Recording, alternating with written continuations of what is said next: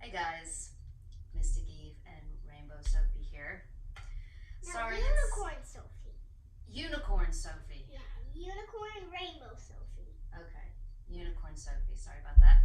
Unicorn Rainbow. It's been a while since I've done a YouTube video. I'm sorry about that as well. I've been on tour here in the United States and it just gets busy and crazy. So I am going to do this video a little bit differently in that I'm going to do the card spread at the end in real time, which I don't know what real time is, but at least I'm not going to do it before the video. I'm going to record as I'm doing the card spread. So I want to talk about birth charts and what I do and why I'm really getting into reading people's birth charts. Now, I know you can Google your birth chart and you can get all of this information about where your planets are and stuff like that on the time and the place you were born. You can get a bunch of information and try and absorb it. And if you're really good at memory and memorizing what you read, then you can receive all of this information. Now, the download that I had was specifically for people to not just record this information, but to be able to really utilize this information esoterically to get to know yourself, okay? Because knowing thyself is an extremely important magical power. It is very magical. And not an easy task, actually. So, your birth chart, when you type in Google and you look up your birth chart and they give you your chart, it's a circle with a bunch of lines and a bunch of symbols, and you're just like, what the hell is this? It's basically a map of the rainbow that you wrote in on. Now, I say rainbow because the rainbow is literally light and vibration into color with all the spectrums of the color that we're able to see. Now, one of the quotes that I use as a mantra, your fairy wings are tickling my nose. One of the downloads from Nikola Tesla I received is the quote that to understand the secrets of the universe, think in terms of light, frequency, and vibration. Now, when I started doing this practice as a mantra and really grokking it and really understanding it, it's the practice of decoding everything, because everything is light, frequency, and vibration. That's all it is. And then this is a vibration that makes it solid, right? And physicists know that kind of shit. Like, that's like scientific, upper level science, physics information. So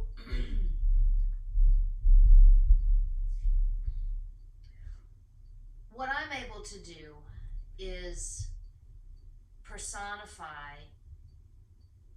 the planets and the constellations, which really is not hard to do either. I'm not saying that it's a very unique and that I'm the only person in the world that can do this. This actually has been done, and humans have done this with gods, to create gods and to get to know gods or God. You have this entity and this power, and you want to get to know it, you have to personify it. You have to put it in a way that we as humans can feel it. Like, if we, let's take one of the planets that people a lot of times have issues with, which is Saturn. You know, she's very strict, she's very rigid, she has rings, she's very, very protective. Um, she knows a lot about death and she wants to show you death. It's a feminine, receptive, holding energy.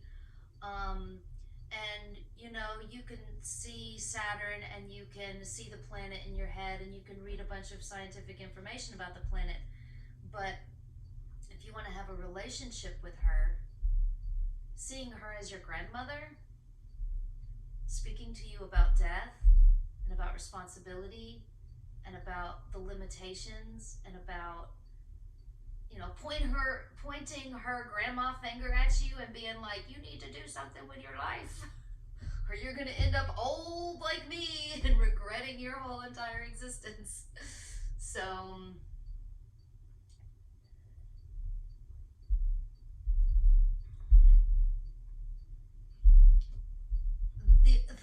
the realization also is that this existence is nothing but a party. I mean, we're just down here. A lot of people have called it a game. They want to think of it like it's a game or a movie. It's all about decoding the matrix, and it's all about switching your brain chemistry to know, not to know, but to be able to have a better grasp on how you can play this game, how you can act in this movie, what player you want to be. You know, picking your avatar, picking your character.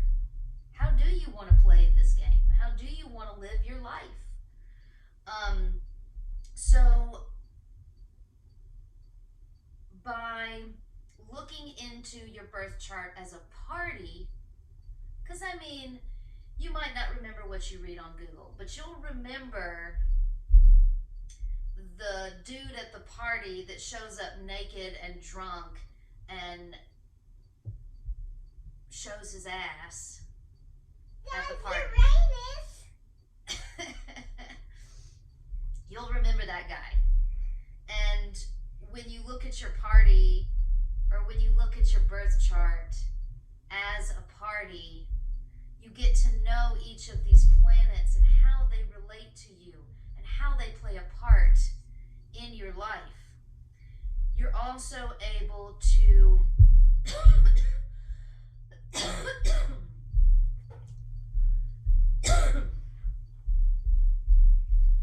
get COVID.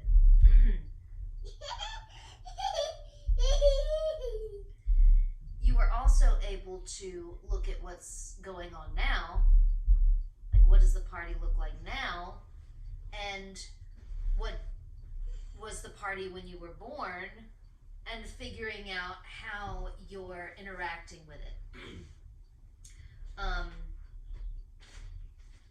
And it's a way that you can do this without having to keep looking up, oh wait, where is my Pluto? I can't remember. But if you personify your Pluto as Capricorn, for instance, and we'll talk about this in a little while, and you see your Pluto as a goat, you can remember it better and be like, oh yeah, I have that visualization of this emo kid, bad boy or girl, gender fluid, bad kid, like god of the underworld, you know.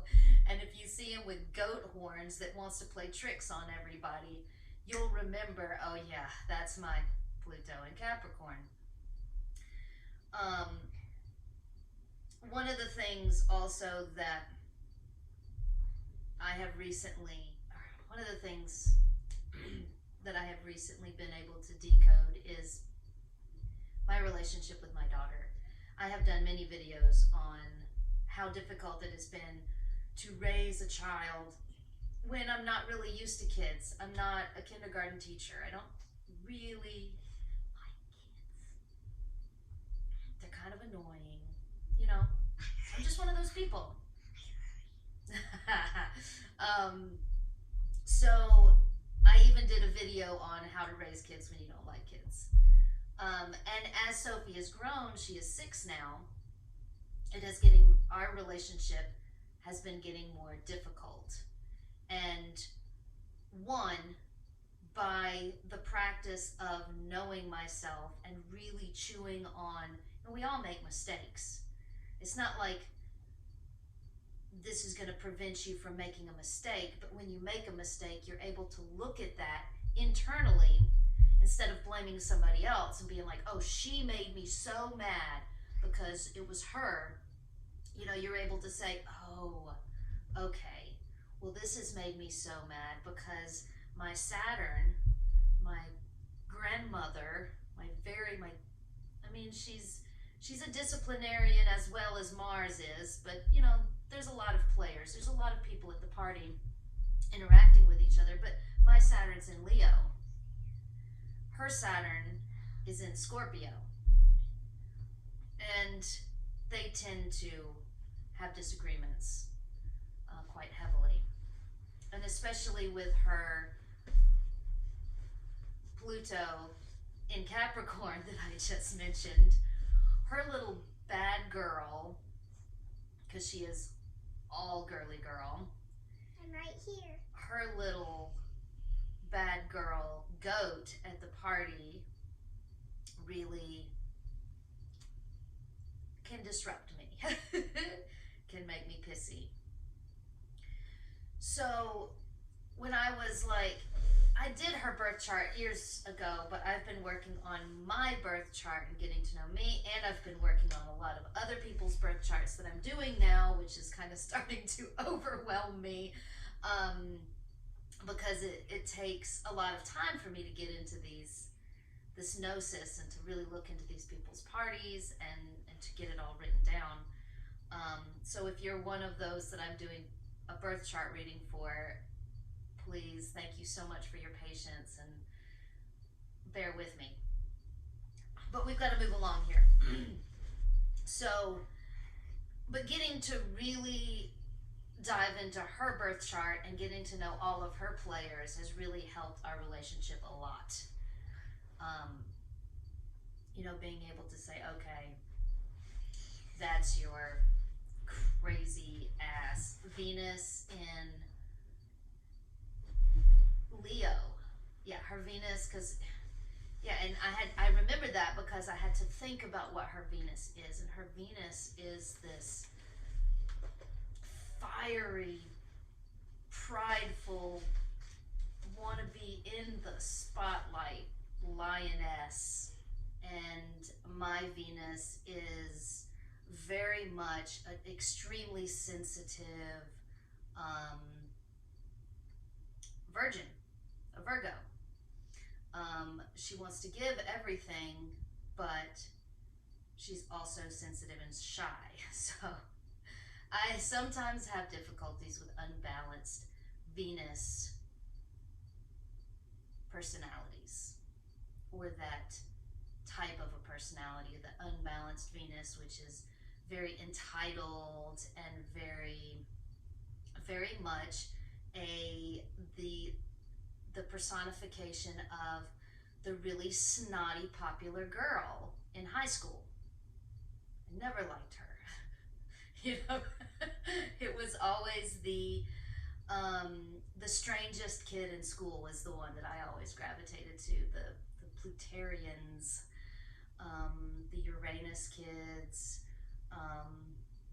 So now we're going to do this card spread, and since I'm going to do it on camera, I'm using the Dragon deck.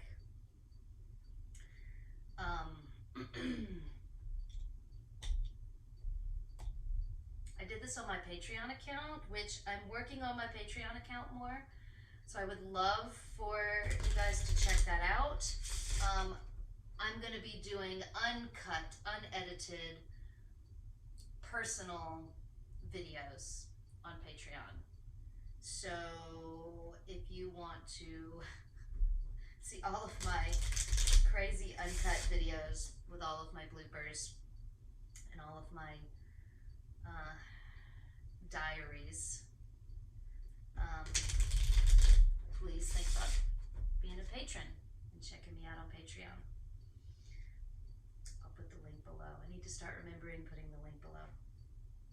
Anyway, so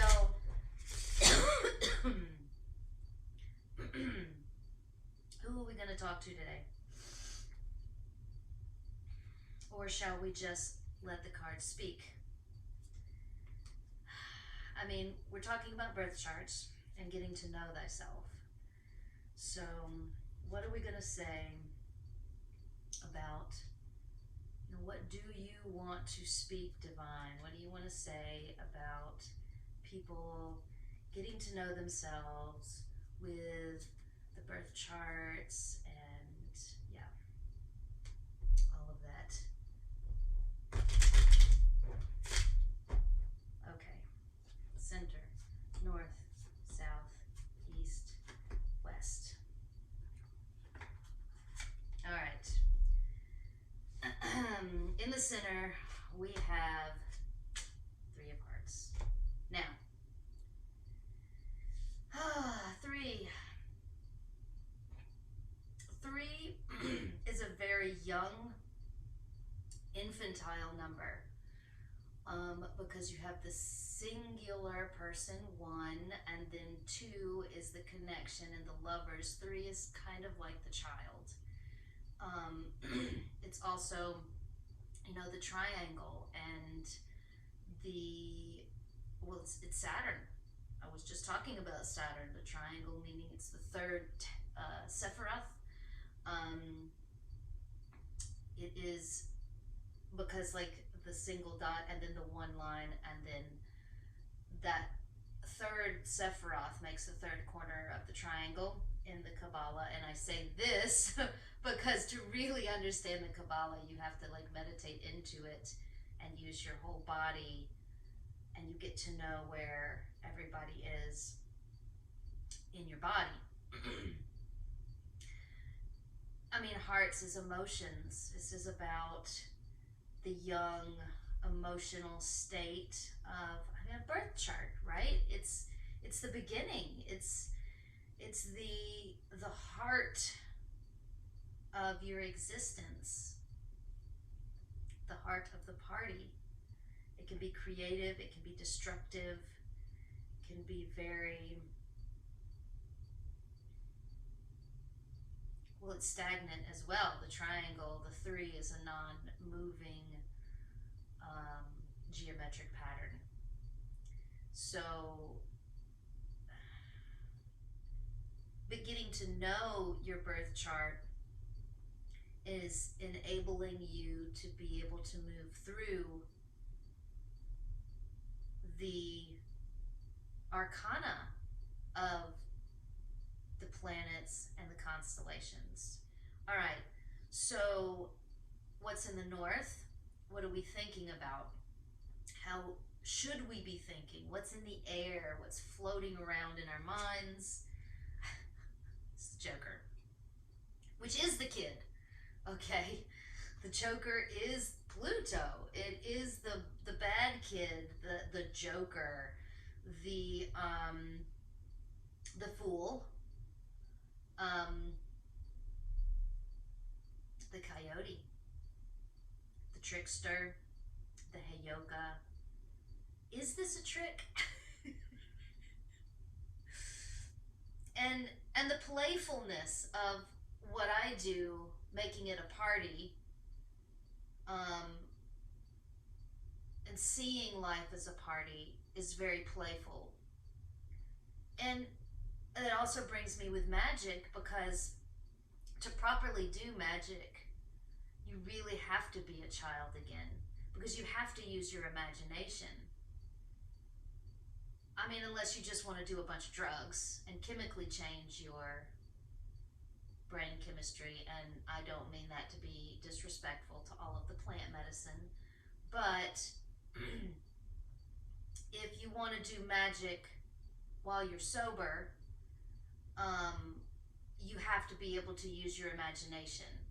And you have to remember when you were playing house, or when you were playing castle, or when you were pretending to be another character or a hero. Remember what it felt like when you were so absorbed into that it became real. you weren't just running around in the woods. Remember the Bridge to Terabithia, the book? Oh, God.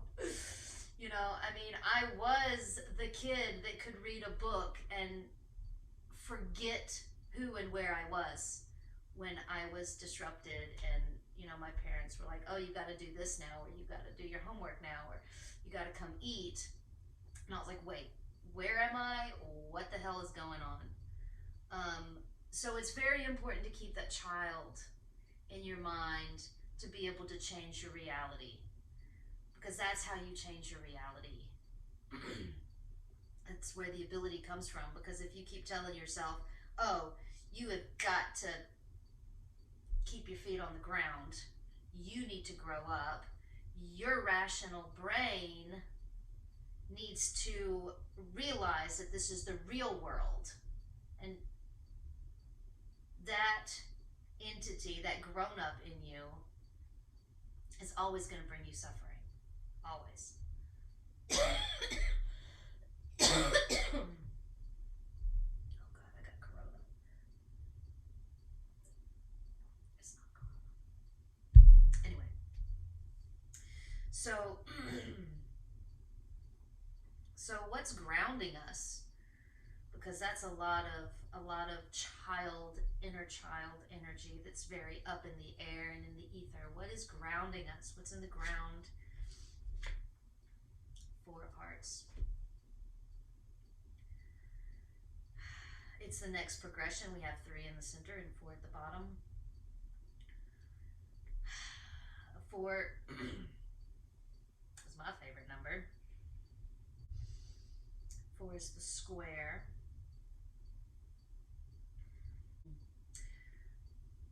4 is Chesed. The 4th Sephiroth is Jupiter. He's the accumulation, and this is emotional as well. This is all about grounding your emotions, stabilizing. 4 corners is a very stable, secure number.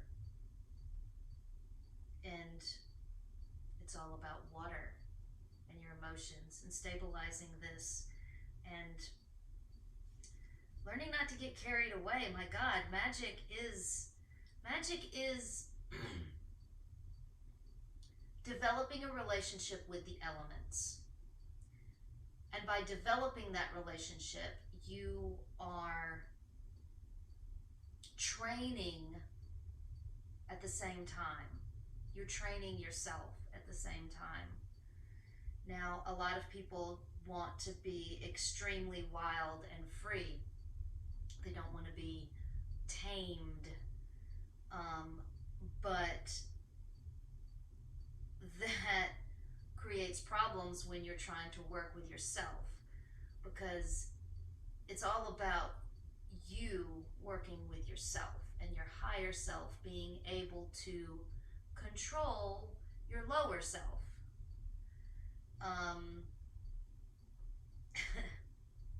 So this is speaking a lot to me about being grounded and stable in your emotions. When you get carried away with your emotions, then all of a sudden your brain and your mind are wild. They are uncontrollable, and you become, it's that whole getting carried away, you know? You forget yourself. You start doing things automatically. So I really feel like this card is definitely talking about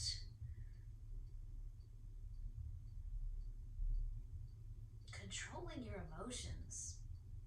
You know, oh, it's very like, okay, because like up here we've got the kid, and we're talking about being a kid, and it's one thing that I deal with Sophie all the time. It's like she gets so worked up and carried away for no reason.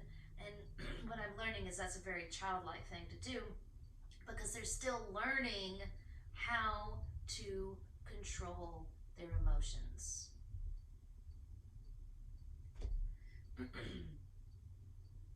Now, personally, as a very sensitive, empathic person, especially when I feel other people's emotions, this is very important, you know, and my inner child is very wild. She's never been tamed. I've never grown up. I never had to.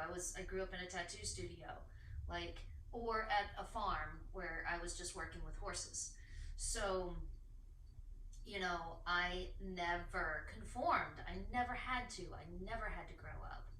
So I understand how difficult it can be and how much that inner child is like, you're not gonna fucking tame me. I'm wild and free. I ain't ever gonna be tamed. I'm an anarchist, for crying out loud. So I understand how hard this can be. But then at the same time, I've ridden wild horses that want to kill me. And that broke my heart. This horse named Dream. And that's a story. Gosh, she was the most beautiful horse I ever saw. And I get emotional. Okay. She hated me. Venus doesn't like me very much either. Oh, Jesus. Okay. What's in the East? This is one of the reasons why I do this and write it down. Get emotional on camera. What's in the East to shed light on this subject? Let's shed some light.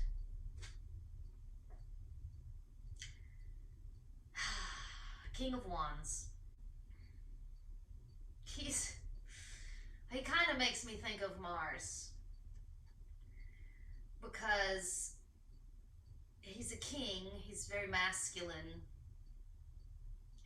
and the wand is a club. This is the club. And a club is a weapon, so is a wand, but it's not made like a sword. You know, a club, you can just go out and grab a fucking log stick from the forest and beat somebody with it.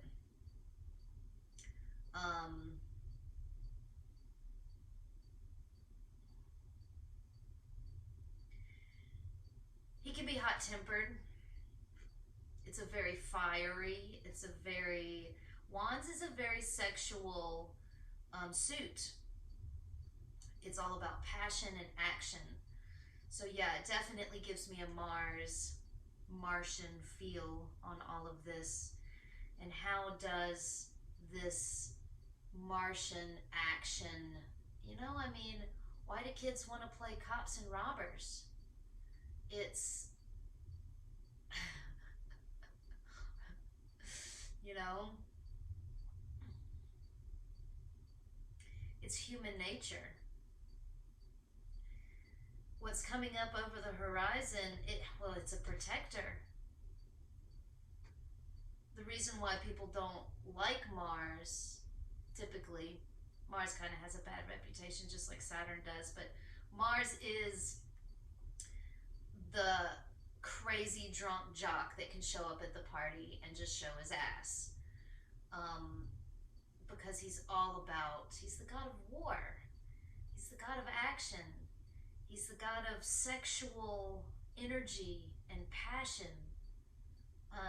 But he's also very successful. He's very talented. And, you know, I think that he gets kind of upset that people don't see him that way as much. Because everybody's all about how everybody's so against war and against war. Well, what about defending your rights?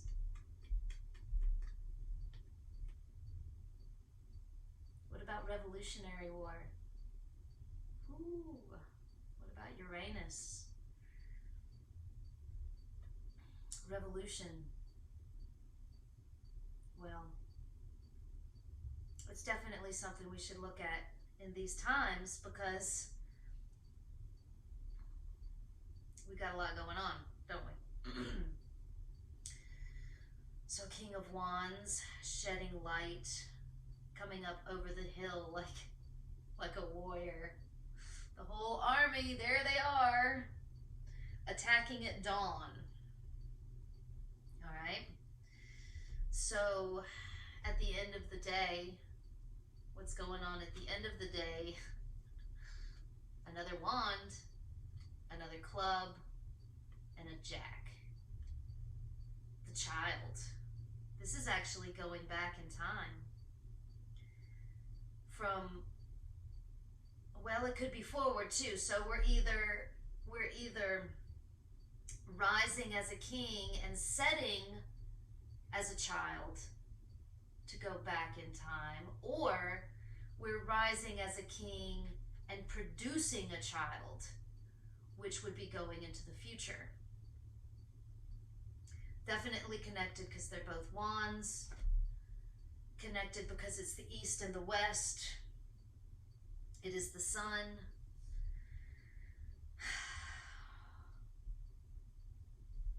This card is also the kid that spins fire. The fire poi kids.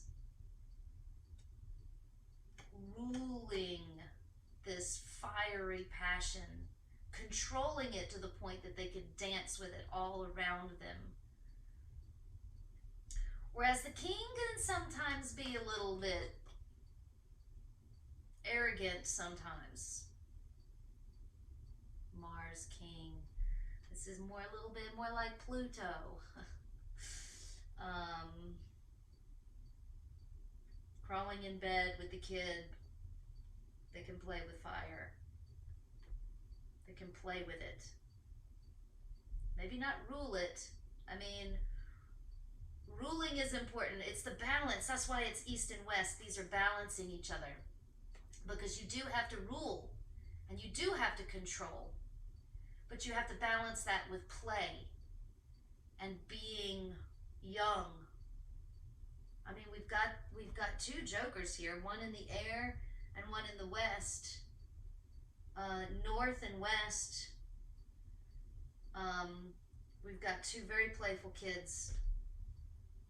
Very playful kids. So anyway, I don't know how long this video is going to be, but there you have it. Thank you so much for watching the whole thing. Please check out my Patreon. I know I've been really lazy on the Patreon, and I know I only have 2 patrons at this point, and I appreciate both of you very much, but I am going to start putting a lot more videos that are a lot more personal and unedited. So, like, if I fart in the middle of it, I'm not going to edit it. If I cough in the middle of it, I'm not going to edit it.